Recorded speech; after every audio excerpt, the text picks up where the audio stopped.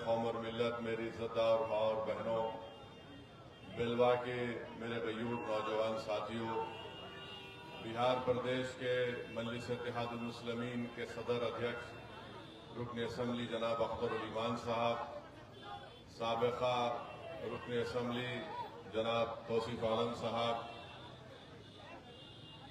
जनाब वारिस पठान साहब, जनाब आदिल हुसैन साहब, जनाब माजिद हुसैन साहब रुकन असम्बली हैदराबाद, मेरे तमाम मजलिस रुफ़क़ा, आप तमाम का शुक्रगुजार हूँ कि आपने आज के मजलिस के इस इंसाफ के कारवान में बेलवा में यहाँ पर जो नुक्कड़ सभा हो रही है उसमें आप शिरकत कर रहे हैं।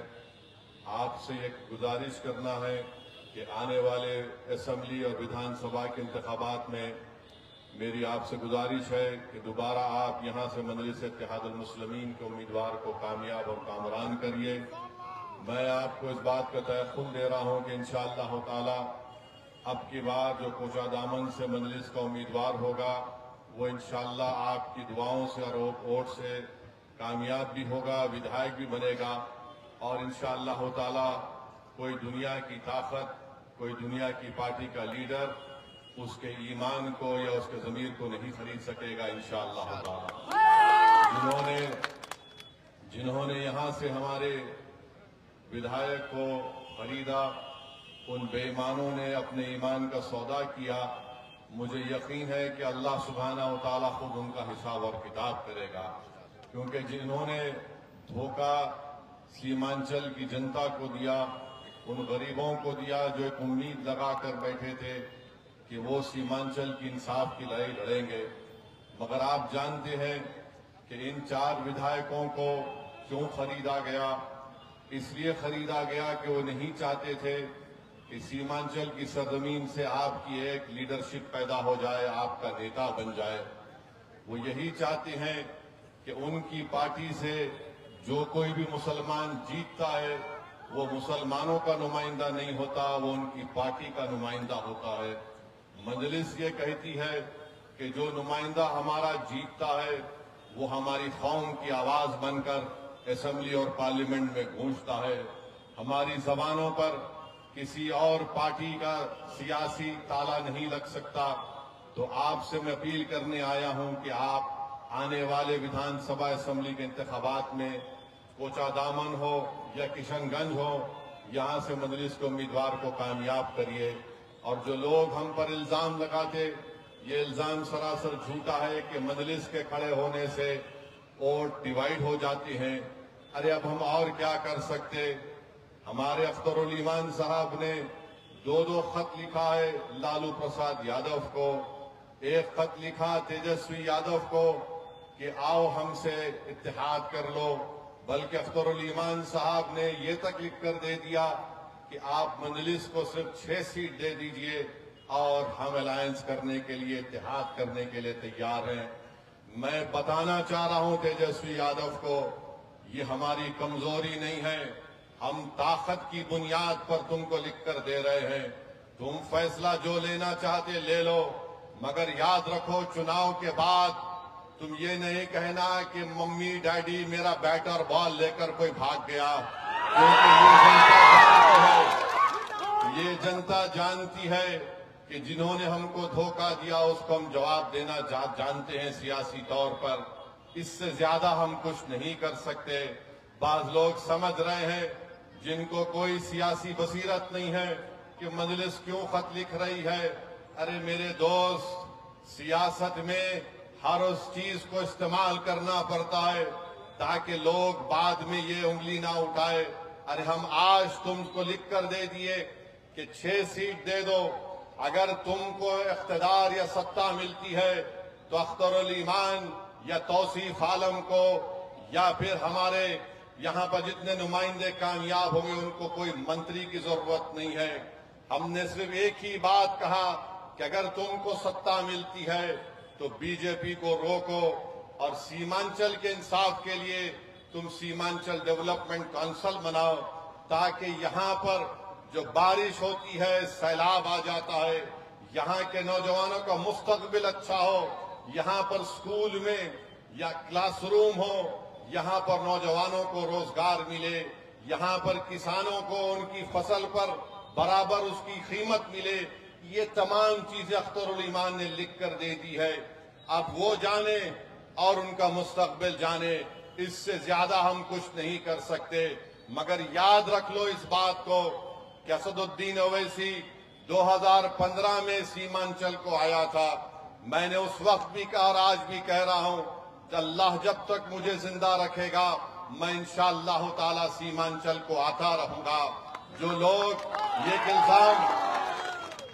एक और इल्जाम लगाते, अरे तुम अगर जीत गए तो तुम मंत्री नहीं बनोगे। अरे हमको मंत्री और संतरी से मतलब नहीं है। हम सीमांचल के गरीब आवाम के खादिम हैं, उनके नौकर हैं। उससे बड़ा एजाज हमको और कुछ नहीं मिल सकता। जिनको संतरी बनना है, मंत्री बनना है, मुख्यमंत्री बनना है, हमको उससे मतलब नहीं। हमको इससे ही मतलब है कि तुम्हारी लीडरशिप बने, तुम नेता बनो, तुम्हारे मुकद्दर के फैसले तुम करोगे। अब तक होता ही आया है 50-60 साल के अरसे में, सीमांचल के गरीबों का फैसला कोई पटना में बैठने वाला जालिम करता था। अब जालिम से कह रहे कि तू फैसला नहीं करेगा। अब जो भी फैसला होगा सियासी सीमांचल की सरजमीन पर सीमांचल की आवाम करेगी इंशाअल्लाह ताला। मेरे अजीज दोस्तों और बुजुर्गों, हम बीजेपी को रोकना चाहते हैं। बीजेपी से नुकसान क्या राजद के यादव नेताओं को होता है? क्या बीजेपी से नुकसान किसी कांग्रेस के नेता को होता है? क्या बीजेपी से नुकसान किसी जेडीयू के नेता को होता है? अरे किसके घर पर बुलडोजर चलता है? किसके मदरसे को ताले लगाए जाते हैं? किसके नौजवानों को बांग्लादेशी कहकर जेल में डाला जाता है या जुल्म किया जाता है?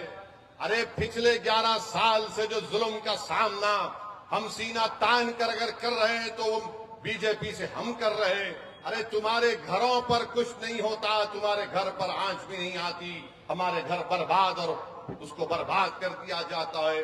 तो मेरे अजीज दोस्तों और बुजुर्गों, मेरी आपसे गुजारिश है कि आप अख्तरुल ईमान साहब की क़ियादत को मजबूत करिए।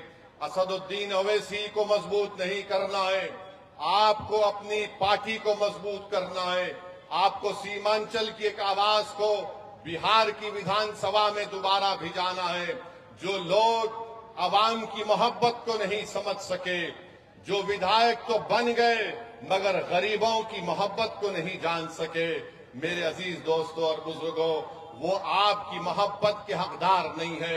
मजलिस जिस किसी को उम्मीदवार बनाएगी, हम आपसे अपील करने आए हैं कि आप अपनी पार्टी का साथ दीजिए। हमको अपनी लीडरशिप को बनाना है।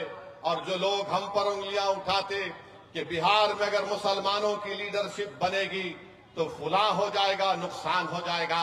अरे बिहार की सियासत की तल्ख हकीकत ये है कि राजपूत है तो उसका नेता है, भूमियार है तो उसका नेता है, कुशवाहा कुर्मी है तो उसका नेता है, यादव है तो उसका नेता है, पासवान है तो उसका नेता है, मांझी है तो उसका नेता है। अगर किसी का नेता नहीं है तो 19% मुसलमानों का नेता नहीं है। मुझे बोलने दीजिए, इसकी जिम्मेदारी किसी हद तक हम पर भी आयद होती है। आज हम आपसे कहने आए हैं कि नेता आपको बनना है, ओवैसी को बनना नहीं है। लीडर आपको बनना है ताकि आप अपने मुकद्दर के फैसले करेंगे। ये मजलिस आपसे बोलने के लिए आई है। ये हमको पिछले 25-30 साल से एक अफीम दे देकर हमको बेहोश कर दिया गया, हमको खामोश कर दिया गया कि नहीं बीजेपी को हराना है। अरे जब से बिहार बना, क्या कभी किसी मुसलमान ने किसी फिरका परस्त पार्टी का या फिर किसी फिरका परस्त लीडर का वो साथ दिया? नहीं दिया। हमने हमेशा से कहा कि भारत सेकुलर था, सेकुलर रखना है। मगर याद रखो, हम कूली नहीं है, हम मजदूर नहीं है कि हम अपने बच्चों की जवानी को बर्बाद करके तुम्हारे महलों में चिराग जलाएंगे। हम अपने आप को मरवा कर अपनी खबरों को बनाकर तुम्हारे इख्तिदार के महल अपने खबरों पर बनाने नहीं देंगे। अब नौजवान बेदार हो चुका है। हमको अपने महल को तामीर करना है, हमको अपने ख्वाबों को पूरा करना है। तो मेरी आपसे गुजारिश है कि आइए इस इंसाफ के कारवां को मजबूत करिए। ये लड़ाई किसी इनफरादी लड़ाई नहीं है, ये अख्तरुल ईमान या फिर असदुद्दीन अवैसी की लड़ाई नहीं है। ये पूरे सीमांचल की इस गयूर सरजमीन पर बसने वाली अवाम और जनता की लड़ाई मजलिस लड़ती आई है। तो मेरी आपसे गुजारिश है कि इसको कामयाब करिए और अपने सफों में इत्तेहाद को पैदा करिए। अपने इत्तेहाद की ताकत और कुव्वत के बलबूते पर हम देश के प्रधानमंत्री मोदी को एक पैगाम देना चाह रहे हैं कि तुमने जो वक्फ का कानून बनाया वो वक्फ को बचाने के लिए नहीं, मस्जिदों को छीनने के लिए तुमने कानून बनाया। तुमने कब्रिस्तानों को छीनने के लिए कानून बनाया, तुमने ईदगाहों को छीनने के लिए कानून बनाया, तुमने वक्फ को खत्म करने के लिए कानून बनाया। मगर याद रखो, जो अल्लाह के घर को छीनना चाहते हैं, जो हमारी ईदगाहों को छीनना चाहते हैं, इंशाअल्लाह ताला तुम अपने नापाक मंसूबों में कामयाब नहीं होगे। तुम इंशाअल्लाह ताला शिकस्त खाओगे। नाकामी तुम्हारे मुकद्दर में लिखी जा चुकी है। इंशाअल्लाह ताला जब तक दुनिया कायम रहेगी, मस्जिदों में हम जाकर सजदा करेंगे ताकि सजदा हमारे अल्लाह के सामने उसकी रबूबियत का इजहार भी होगा और हमारी वतन अजीज से मोहब्बत का इकरार भी होगा। तुम मस्जिदों को छीन नहीं पाओगे। कब्रिस्तानों में हमारे बुजुर्ग सीना तान कर सो रहे हैं। सुन लो भाजपा और एसएस वालों, वो ये बता रहे हैं कि हम वतन से मोहब्बत करते हैं और जब इस दुनिया से चले गए तो इसी सरजमीन में जाकर आराम कर रहे। हम बताना चाह रहे हैं उन तमाम लोगों को, ये वक्फ इसका मालिक अल्लाह है। इसका मालिक कोई भाजपा आरएसएस या जेडीयू का नेता नहीं हो सकता। जो चीज अल्लाह की है, अल्लाह उसकी हिफाजत करेगा और अल्लाह के बंदे उसकी हिफाजत के लिए आगे बढ़कर उसकी हिफाजत करते रहेंगे। मजलिस का साथ दीजिए, आपकी आवाज को मजबूत करिए। बहुत बहुत शुक्रिया।